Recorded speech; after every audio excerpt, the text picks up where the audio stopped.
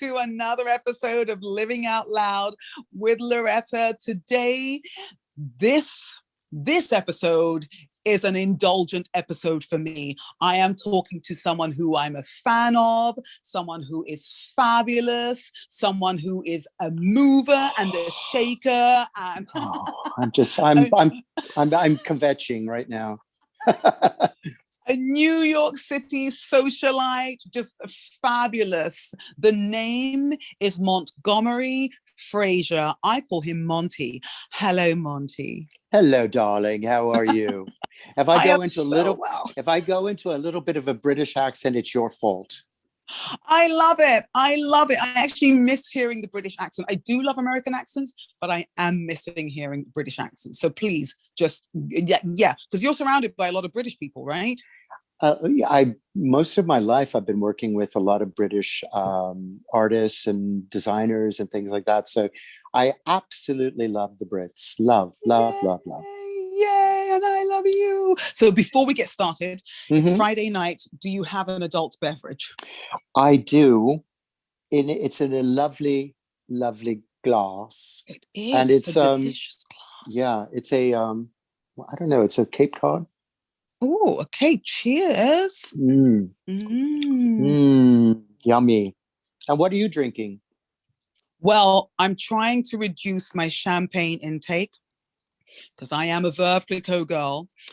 But this year, I'm trying to take hold of my health and wellness and lose my quarantine 40. I'm saying quarantine 40. I have not measured myself. I've not weighed myself before this January. So I didn't know what I weighed before, but I just knew that my clothes were not feeling great by the end of last year.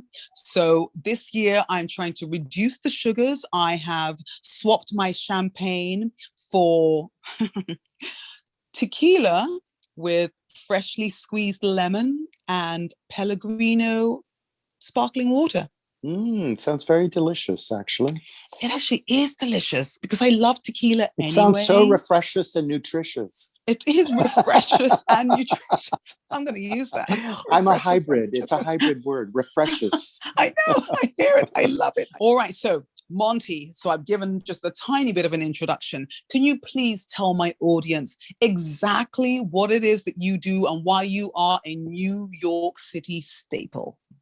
Well, I'm probably older than Methuselah, but, I started my career in Soho in New York. And I worked for a company called Parachute, which was a fabulous company back then. We were dressing like, Madonna for Live Aid. We were dressing Duran. We were dressing, we would everyone who was anybody would come into Parachute. So I started there. Then I went to MTV and I became the fashion director there. And I worked with a lovely lady who you remind me of, downtown Julie Brown. She was a legend at MTV, and we launched a dance show called CLUB MTV. And I would basically come on and talk about fashion designers who I would discover, and I would showcase in dance routines on CLUB MTV. And I loved doing that. That was a fun time. It was everybody, and I would dance on the show too. Yes. So it was a fun time, and we were all so young and we didn't know what not to do. So that's where I started. Now, fast forward, I am now working for a social media platform called Soho Muse.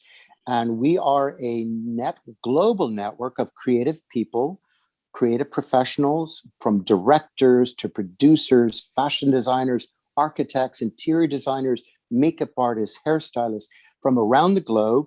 And basically, I'm in charge of members and projects and initiatives that that involve our members. And it's a wonderful community. I love it, and it's kept me sane through COVID. To be quite frank, we're doing wonderful things. So that's what I'm doing now. And it's fantastic with Soho Muse as well. It actually connects, fellow artists as well, and you have a whole array of. I mean, obviously, I haven't gone through the whole member. Rota. Well, that's it. I was invited to be a member. I mean, the person that I knew that actually did introduce me to you, because obviously I've known of you, but the person that introduced me to you was someone whom I met well, excuse me, I was outside talking to some people at an event and saw this guy walking in. I was like, oh my gosh, I know I who you're know talking him about. from England. I know him from the boy band Worlds Apart. Oh my gosh. I kind of really sort of pretty much in my heels chased after him and started talking at him. And he was so lovely and so receptive. And he and I became friends, and he introduced me to you. And I was like, oh my gosh, this is That was this a is night. That was a fun night, wasn't it? That was, and what's his name? Aaron Paul. Aaron Paul. Not the actor, but the British recording artist. British recording artist from Worlds Apart. Worlds Apart, yes. And you know what the funny thing is? We've done now several projects together where we've collaborated on music that he either wrote, but we just did a project which I wrote a poem, and he actually comprised and wrote a song, and did a music video called Behind This Painted Face, which is glorious. You'll have to play it at some point because it's beautiful. I'm definitely going to be playing it. I want everyone to hear it. I love the work, because prior to that, I think what was the song that you guys did? It was oh my gosh, in the video, Hashtag it's fashion, yes, darling. And that was taking a piss out of the fashion world. And I was basically playing myself in regards to how kind of tongue-in-cheek fashion can be. And I was not really taking aim at them, but I was showing how cheeky fashion can be. And the personalities, we had George Wayne, we had Michael Musto in it. And it was a beautiful, very well done video that we did at FIT. And that was our first collaboration. And it was wonderful. Fantastic. I loved it. And you mentioned George Wayne, whom I think for people that are in fashion or people that are followers of fashion. Oh, he's like a chronicler of New York, of anything who's anybody and everybody who's everybody. Yes. Who used to work for Vanity Fair, and he literally was and still is actually the person who gets people to interview and spill the beans. Yeah, he's done a lot of chatting with people on camera and making them feel like they're not on camera and basically talking about stuff that they should not be talking about. I love him. He's fabulous. He is hilarious. He is great fun. He is just, party. So party people, how are we surviving during this COVID quarantine time? Well, as I said, I was fortunate enough to be involved with promoting Soho Muse members. So we've been doing many societal movements like BLM. We did a lovely summit, with 4 days summit last fall, and we had like Naughty by Nature and Ja Rule, and we had Isaiah Thomas, and it was a wonderful thing. Zeke Thomas was hosting it. And it was a beautiful experience because it's through dialogue can we learn. Mm. And if people could put themselves in other people's shoes, then they might understand why there's so much of an uproar on changing our society. Then we did an LGBTQ summit also in I think it was in either September or October, when it was Gay Pride Month. So we've been and then all throughout the year we were doing a Save series, which would actually give and monetize performing artists. They would perform, they'd make money on the thing for an hour show. Like we had Tiffany, we had some wild and really cool people, either new and they'd all do like hour shows and they'd make money. So we were trying to give back to people who are really starving and struggling, because nobody can perform, nobody can do anything right now, and we still don't know how long this is going to be. So we've been trying to really pivot and do things that are actually going to give back to our community. So that's kept me sane, because to be quite frank, I was ready to jump out the window with everything going on between. It was a perfect storm of stupidity, of unpreparedness, of political bullshit, and then to add insult to injury, it's like a COVID pandemic, which we haven't seen for 100 years, and then nobody doing anything about it. So I see a light at the end of the tunnel now that the regime has changed. And I'm so happy about that. But to be quite honest, it's been a year of really, you just have to really find your focus. I love that you were able to, first of all, thank you for being honest and talking about the fact that, you were ready to jump out the window, whether you're joking or not. That was probably No, I literally, wasn't joking. yeah. I feel like so menopausal. And, Yeah. I'm of a certain age that probably I'm, male. I think men go through menopause. I Right. went that probably through 100 years ago. But You look anyway, fabulous it's, for 100, darling. You look yeah, fabulous. well, hello. The old broading, he's still going. But And you look amazing, by the way, dear. How do you keep that? darling, oh, listen, I have no idea. All I know is that whatever, I know what my age is at 48, I don't feel it. It doesn't make any sense to me to say 48 and relate it to myself. I still feel like I'm 28, and that's how I act probably. And I think maybe the what I'm doing differently at 48 instead of what I wasn't doing at 28 is actually I'm taking better care of my skin. So that Yes. will be the thing, but the youthfulness, as it comes from within. And I think us being creatives as well, that helps, because we are constantly wanting to make things. We are constantly taking things that come from our soul and putting it out there, and sort of for people's enjoyment or whatever, or to sort of get people talking or whatever it is. So in relation to that, I want to know, how did you even get started, Monty? Like where did Monty come from? How did this Well, incredible... Montgomery Frazier, the image guru, that's my moniker. Yes. I used to, as I said, I worked for MTV. I was a fashion director there for probably 8 years, during a time when they still actually played music videos.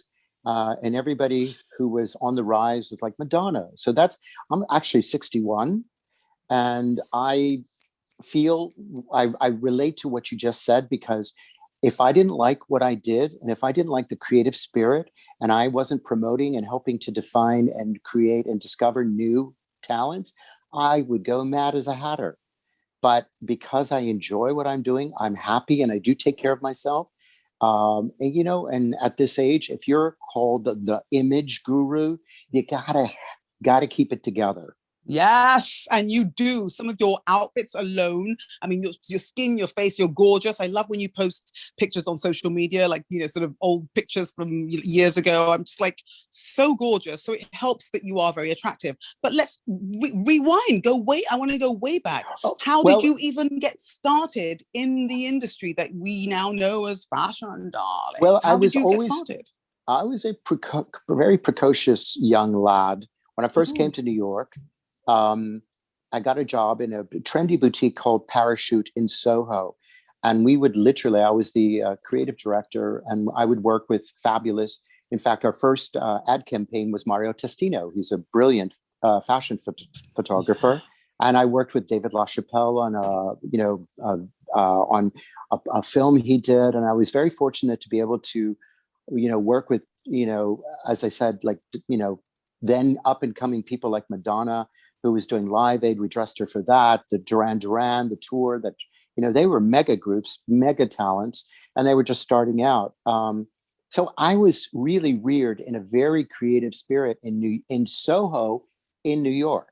So that was my upbringing. And then this perky British girl named Downtown Julie Brown plucked me from Parachute, brought me to MTV, and I became the fashion director of MTV for probably about 8 years. We launched CLUB MTV. I did the CLUB MTV tour with Paula Abdul and all these, Tone Loc, Milli Vanilli, blah, blah, blah. And we literally created magic there. And Julie was she's one of my inspirations. But before that, when I worked at Parachute, I was working, we were having lunch with Andy Warhol at the factory, because we were, it was just, I've been surrounded by geniuses throughout my career. And, if you don't learn from that, you're an idiot. You were born to do what you're doing. I mean, are you a New York boy? Were you born No, and bred in no, New York? no, no. I was born in New Mexico, and my Oh, father was military. So I was very rigid. I was a smart, creative child. I had I was National Honor Society, but I was always very precocious. So I always, even as a kid, I would wear little sweater vests, and I would look like little Lord Fauntleroy. And so it was part of my DNA. My mother was a beautiful Latina. My mother was Spanish and my father was Scottish. So I've had that wonderful infusion of multiculturalism. And back then, in 1950s, it was a big deal for a white guy to marry a Latina. But I've always been, I've always straddled many different worlds, and I will continue to do that. So when I worked at MTV, I wasn't just fashion, I was music and fashion. And I helped to merge the two, because I would bring attention to people who didn't know who Dolce Gabbana was before I would do a feature on them on CLUB MTV, or Rifat Ozbek, or Vivienne Westwood, or any of these people that I brought fashion to the mainstream. Who inspired you? So when you're that precocious little kid, who, like, was your mother? Did she have a real eye for fashion? Was she like really? My mother was a very stylish woman. She was a beauty queen in New Mexico, but I guess maybe that's where I got because it certainly was my dad. My mom was just she was just stunning. She was a beautiful woman. I had really good genes, and I had a really good upbringing. But I guess it was just, as a kid, I always aspired to be an actor. So I always wanted to be like an actor, but I took the road less traveled by. And that was about defining my own career and putting my style to work for me. And inspiring others, right? Because not everyone is born with that style gene, with the ability to merge, fashion and music, and doing it, in a time when it was like, okay, this is what's happening here. So you have inspired a lot of people, not just back then, but now as well. And even if anyone's looking at your social media now, you're still just like, and I'm pretty sure one of my comments recently was like, can you possibly, because obviously we're all like trying to stay safe and staying home most of the time, or going out just a little bit to go and eat, and support our local restaurants. But I think I said, can you just like do some home, like, virtual fashion shows for us, and just kind of, sort of go through some of your outfits and show us how you pick them, how you put them together. You didn't respond to that one, but any chance? Well, you know what? I'm really I do it. I don't let it's one thing to invite people into your home. I'm not one of those people who like a how-to person. It's just like I go out and then capture me then. But for me to put together, there's enough people that do that. I don't want to do that. I'm more of I'll to do the look. I'll say who I'm wearing, and then I just want to live my life. But I'm not going to do it like a how-to. There's way too many people out there doing that, and I'm way beyond that.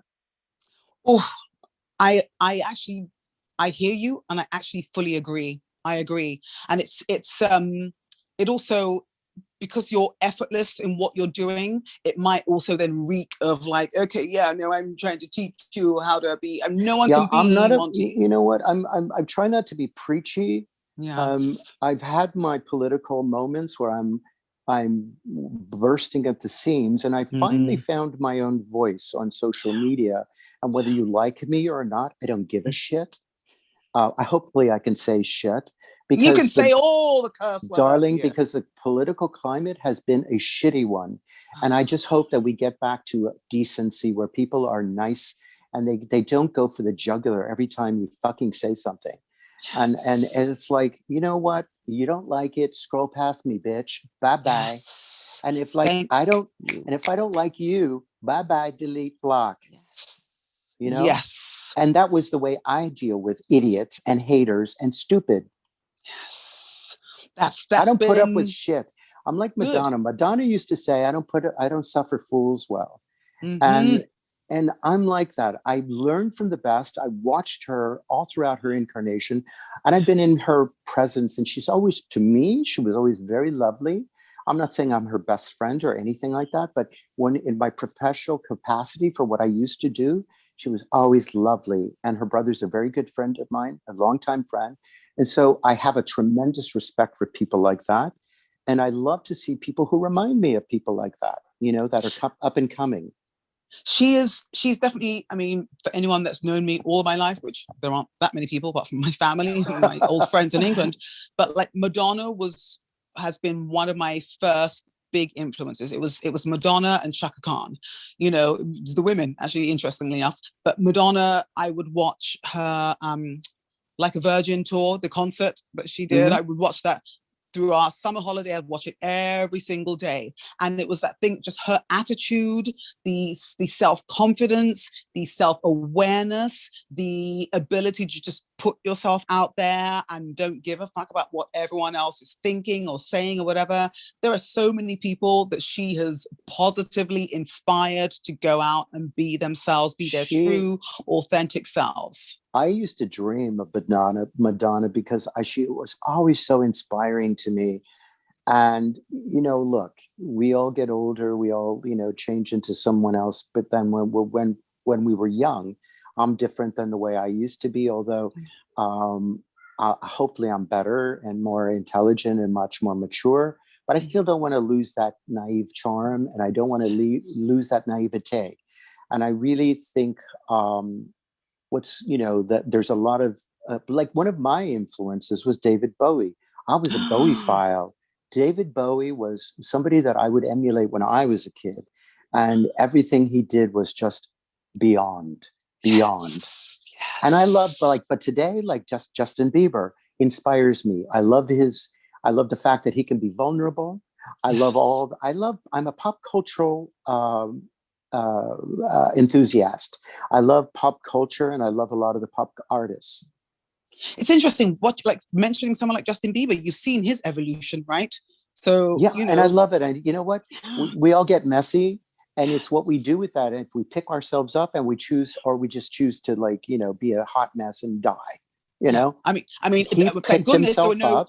there were no cameras on me when I was going through my messy, thank goodness. But for many of us, you know, he was being followed like a hawk. So anything he went through as a child growing up with the public eye, it's wonderful that he sort of found a way to kind of actually go back to his true self and be like, okay, that was my experience I had to go through. Now here I am. Here is true Justin. I love that. I love comebacks. I always think that everybody deserves one. You know, I mean, I'm from the era where, you know, like, you know, Diana Ross, like, you know, I think she was just magical. And I got a chance, because I was working with her daughter, Rhonda, on some photo shoot. I got a chance to, like, spend an evening with Diana Ross. And it was just, I was like shaking under the table, because she came and I was watching her daughter, and she slipped into the booth right next to me. And I'm like, oh, holy mother. I'm like sitting next to Diana Ross. We had a lovely evening, and she couldn't have been nicer. You know, Sweating. but I get along with very misunderstood. I'm not going to call them problematic, because if a man did half the shit that a woman would do, they would just be excused. Women have it, and I'm all for women's rights. I love the era that we're in now. I love the fact that women are taking a stand. They're making their own. I love the fact that diversity is front and center. I love all the progressiveness of our mindset. And that's what I like, being a creative. And, you know, I met this lovely woman who I work with. She's now my sister, Consuelo Vanderbilt Costin, who started Soho Muse. I'm sorry, can you repeat her name so that people who did not hear, repeat all of her name, please? Consuelo Vanderbilt Costin, yes, from the Vanderbilt family. Legacy, you know, a legacy brand, but also a creative in her own right. And she was and a beauty.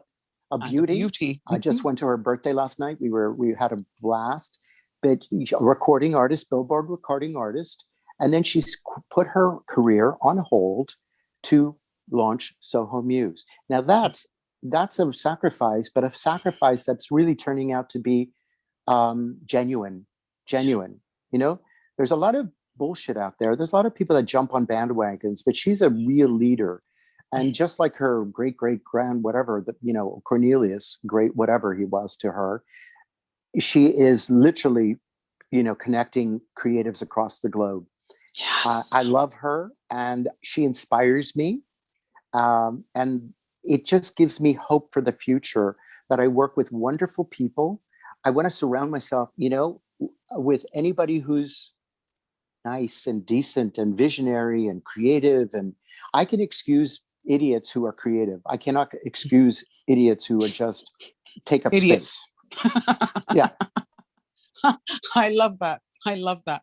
And again, talking about Soho Muse, it's an incredible platform that really it is, sort of global and connecting creatives across the globe, which there isn't a platform like that. And, to first of all, it's a network where you have to be invited in. Is that correct? Tell Yes. my audience how you can join. Because you can't just join. You have to be invited, but you also have to be a legitimate creative.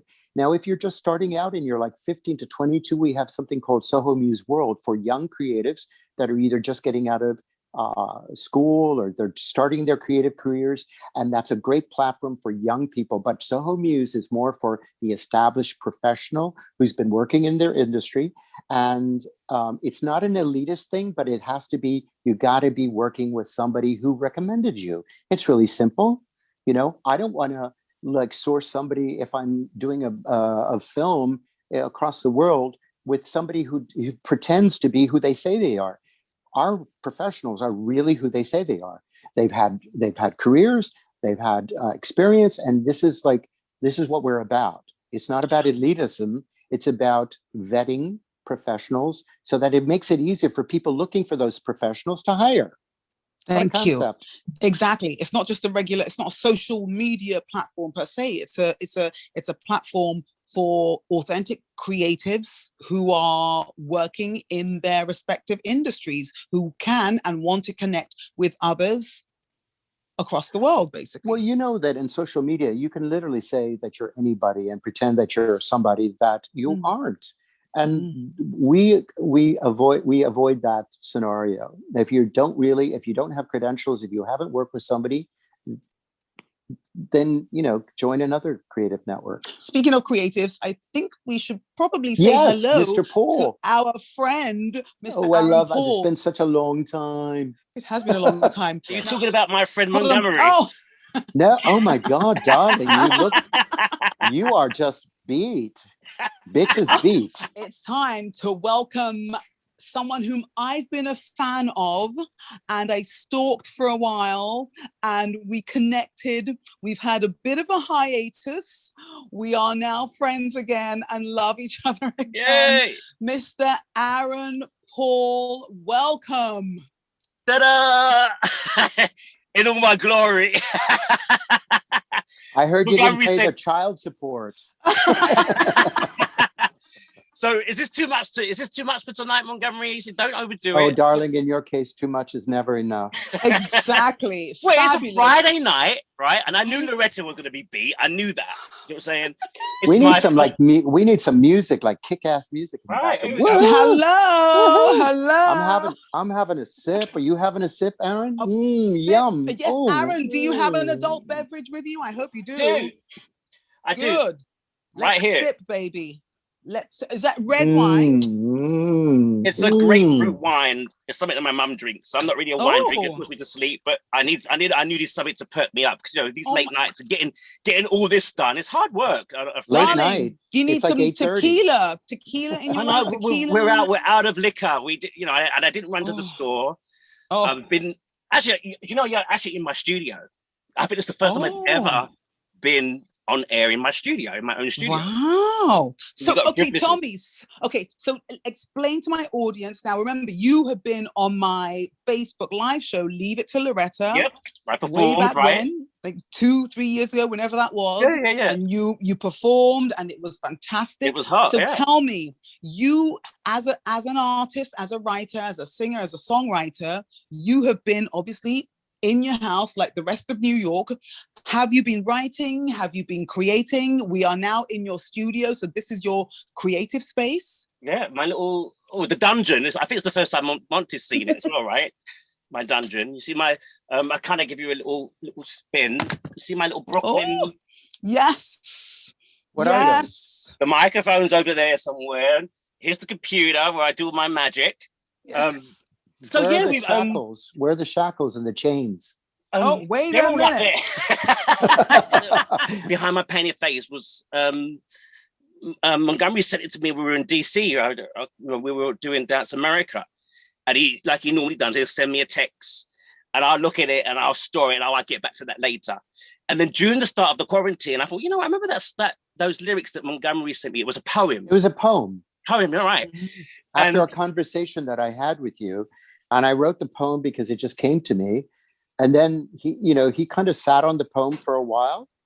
And, last year was a good year to do a lot of projects. Right. Well, I learned how to do video editing. That's what I learned.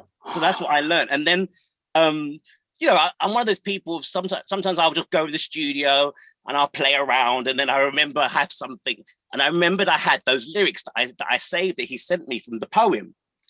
And I have to say, it was one of the production of that particular song and recording it was so easy breezy for me. I basically, messed around with a track, put a track together, and I knew he wanted something very simple from me because I'm always about. You didn't know that. You did not know that because what you first sent me was like Sgt. Pepper's Lonely Hearts Club Band, and I said this is not that kind of song. Remember, right, we had that conversation. Yeah, but I know you kept asking all the time. I said streamline it. Right, streamline a project. And then I broke it down to basically the harp and the piano. And beautiful. My voice. Did you say harp? Harp, as in the harp. Loretta, when you hear it, when you hear the song, it touches your heart.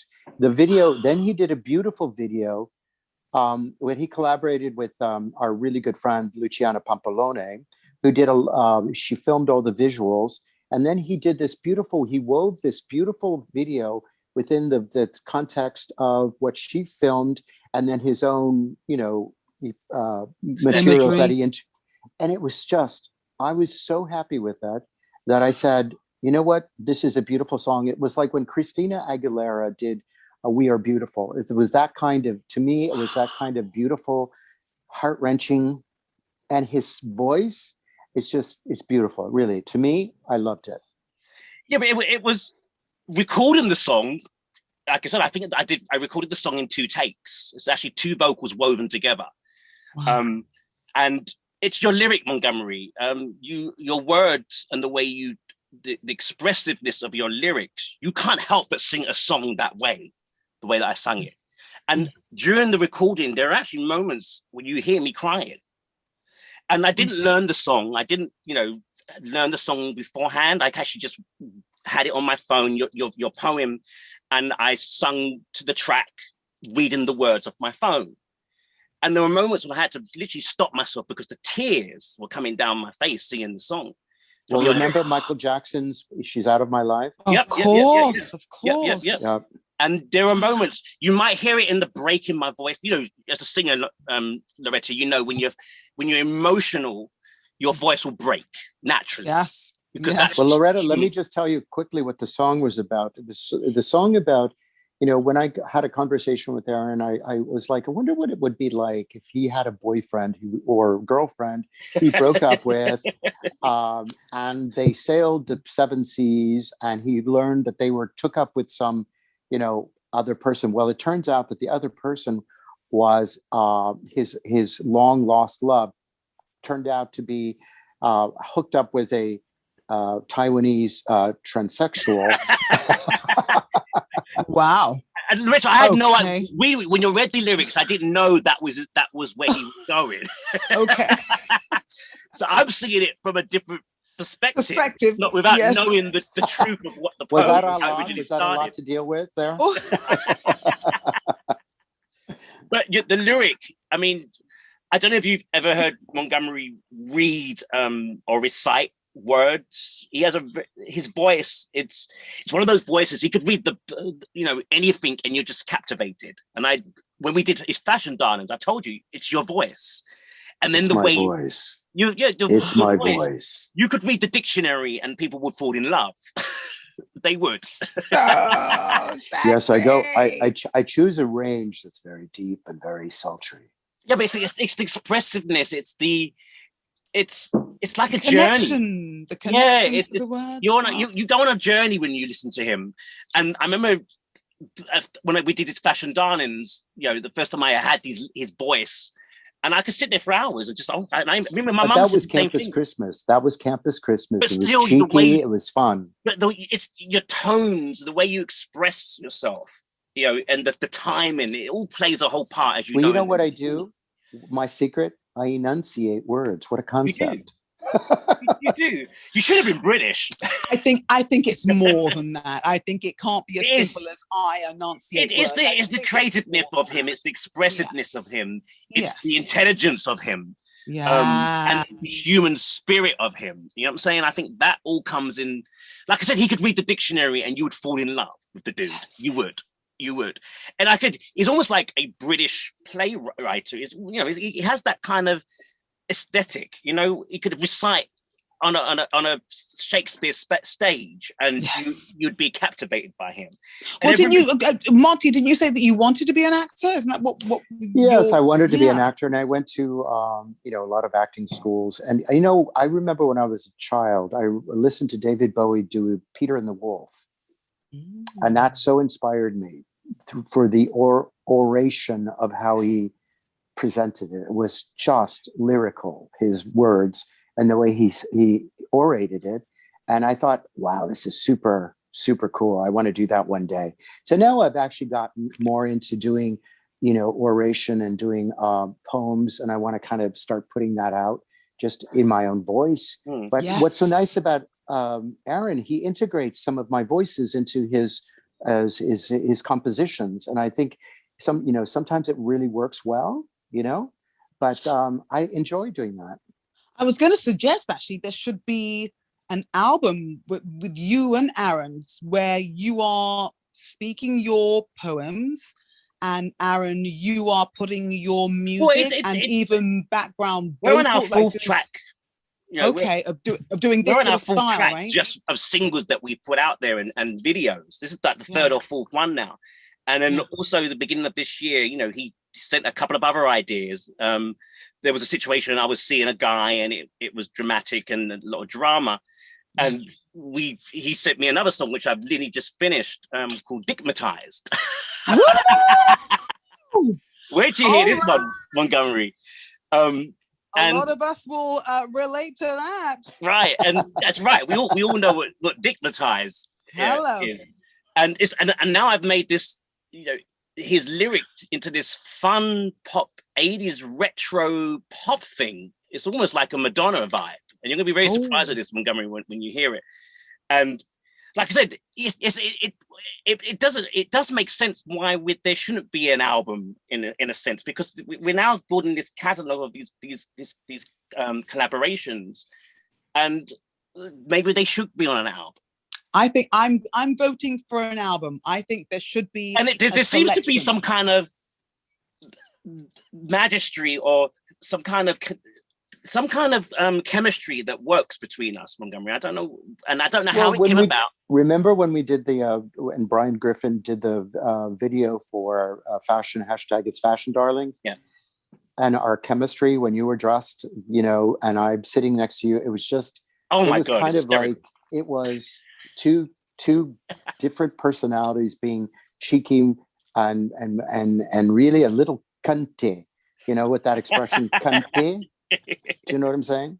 And it worked. I was going to say it worked. If you, there hasn't really been anything that hasn't worked, and it's a very natural. We're not on each other's ass, kind of.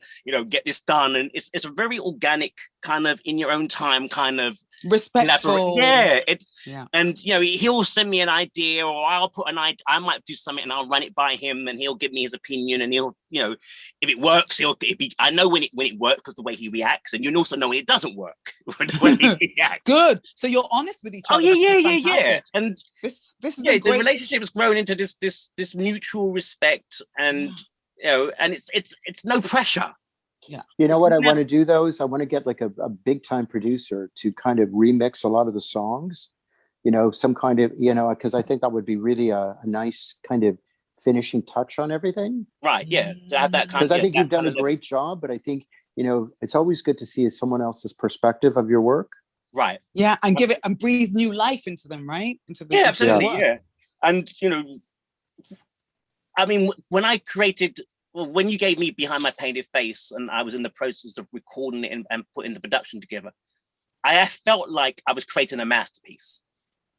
And I did. And even when I played it to my mum in its very early stages, she said to me, she goes, this sounds like you're one of your masterpieces. Aww. And I said, yeah, but look at his lyrics, you know, and this song needs this kind of this feel. It needs this kind of epic production or classic. So we turn back. Yeah, but but you went the right direction. Finally, at the end, you literally made it just a poetry in music with the video, the way that you did it. Because I thought there was way too much going on, and the video. I was trying to be special, Loretta, because you know, I've got into video editing, so I'm putting effects out my ass, and I'm adding this dragons and all kinds of stuff. And I just thought it was too much. It was. Well, I thought it was a little cheesy. Yeah, you know, and I actually said that. You did. Yeah. And I said, you know, that's not this kind of song. And do you know what? Like I said, it took me months and months of working it for months, from the September right through to, you know, December.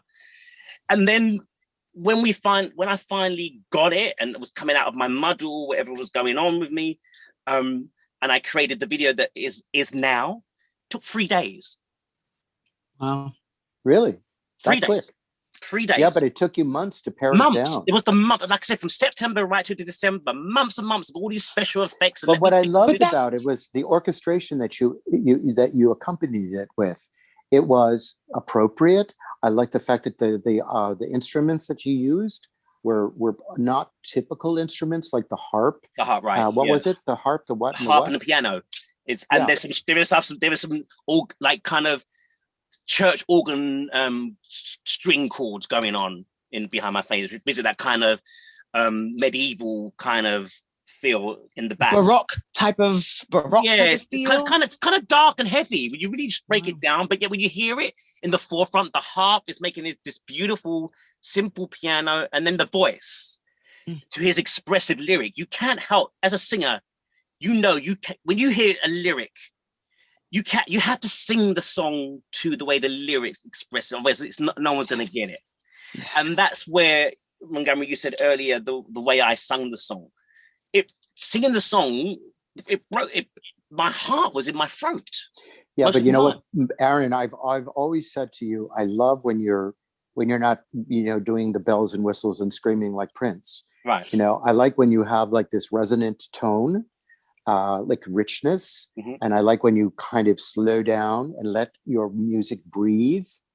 You know, these things are, to me, made this song work because I could hear your voice. I wasn't hearing 3-4 layers on top of that. Right. I was hearing your voice and the emotion, and you let yourself be vulnerable in this song. I do, but your lyric, you can't help but be in that lyric, Montgomery. It's the lyric.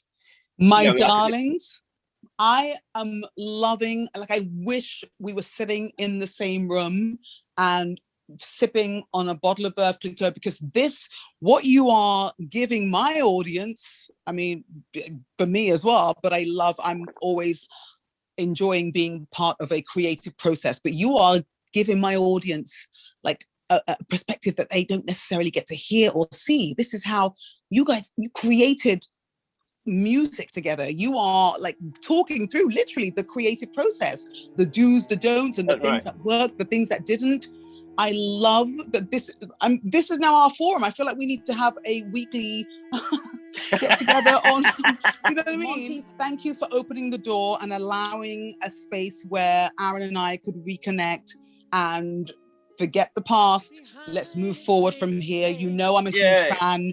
You know, that's what I do. Was just like, oh my gosh, I loved you since whatever. I can't believe I'm talking to you, and you're so nice and you're so receptive and so lovely. So I appreciate that you wanted to even come on and talk, and I'm grateful for that. So whatever happened in the past, other than how we met and how fabulous it was, let's move forward. Loretta, don't be late for your next interview. Okay? I know. Don't be late. I know.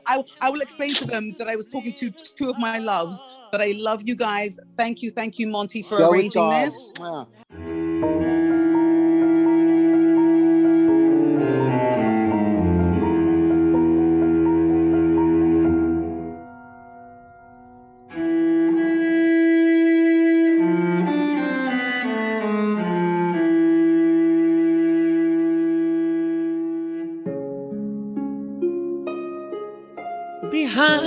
painted face, I look upon the human race to find a solace in time and space. When I was with you and you were me, when I was with you inseparably, two beings as one, and these to split apart. Once was whole, now half apart. And once again, I'm just a mask of a painted face. Whoa, whoa, just a mask with a painted face. I am once again a mask with a painted face.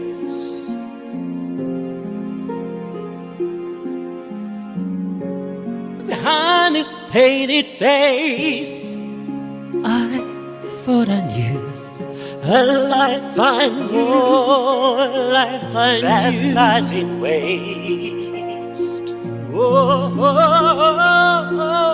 Until we meet again in another time, in another pendulum swing. In another time, in another pendulum swing, I hear the ring of my old heart's bell.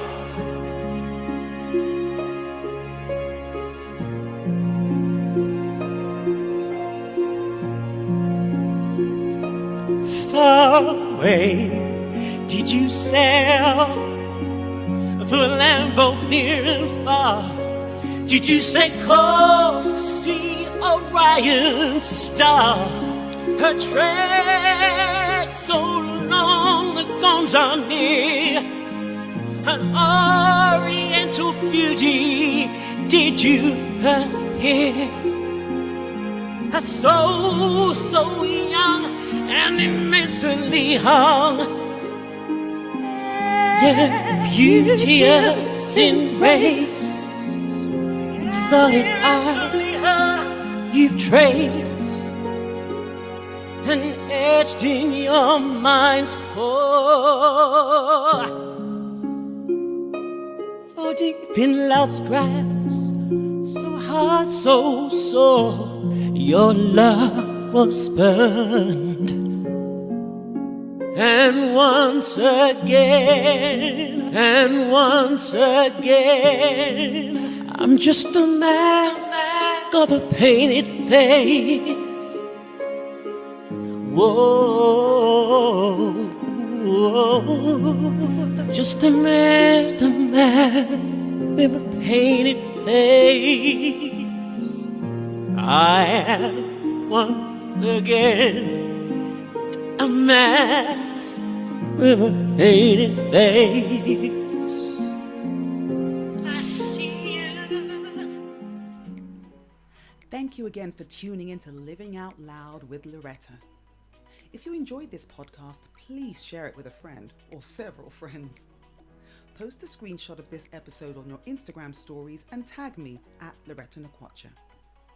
You can also watch this episode with a cold beverage on my YouTube channel. The link is posted below.